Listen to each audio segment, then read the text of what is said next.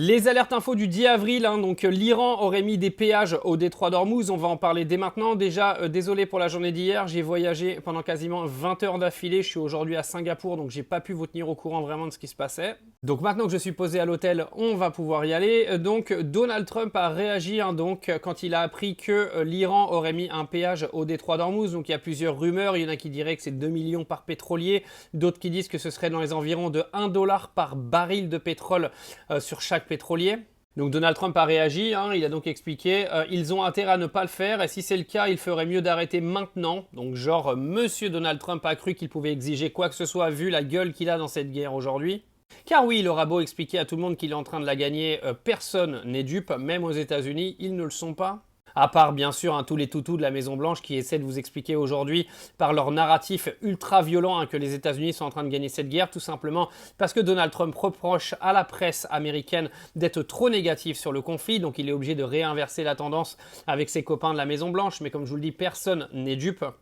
Un message également pour tous mes amis libanais et tous les Libanais du monde. Vous êtes aujourd'hui attaqués par un État terroriste. Sachez que le monde est derrière vous, car c'est vous que les gens aujourd'hui vont aider. Ce ne sera pas Israël.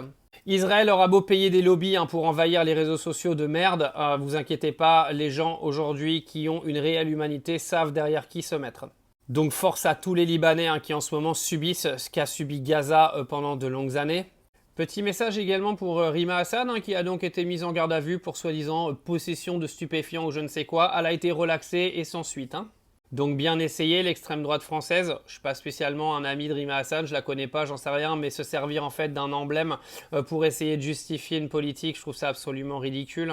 Et le parquet de Paris a décidé de la relaxer totalement dans tout ce qui est apologie du terrorisme, etc. Donc toutes vos conneries là, ça n'a pas marché les gars.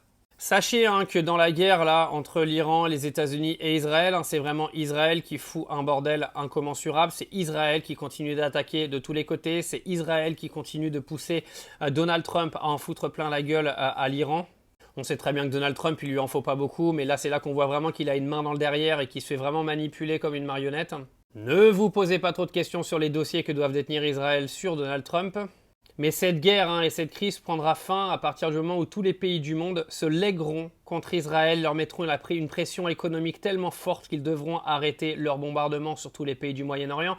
Mais comme j'ai l'impression qu'on est tous des toutous avec la langue collée à l'anus de Netanyahou, automatiquement j'ai l'impression que c'est pas demain la veille que ça va arriver. C'est sûr que c'est toujours plus facile de mettre des sanctions économiques à Poutine que de les mettre à Netanyahou. Dernière information, il se dit que les Émirats Arabes Unis ne veulent absolument pas aujourd'hui d'une fin de guerre avec un détroit d'Ormuz qui serait au contrôle de l'Iran parce qu'automatiquement ce serait problématique pour eux. Donc on n'a pas encore fini avec ces histoires-là parce que le temps que le détroit d'Ormuz ne reviendra pas à ce qu'il était avant que Donald Trump vienne agresser l'Iran, ça pourra pas se finir. Mais ce qui est con, c'est qu'avant que Donald Trump se ramène, le détroit d'Ormuz, il n'y avait aucun problème et tout se passait bien quoi.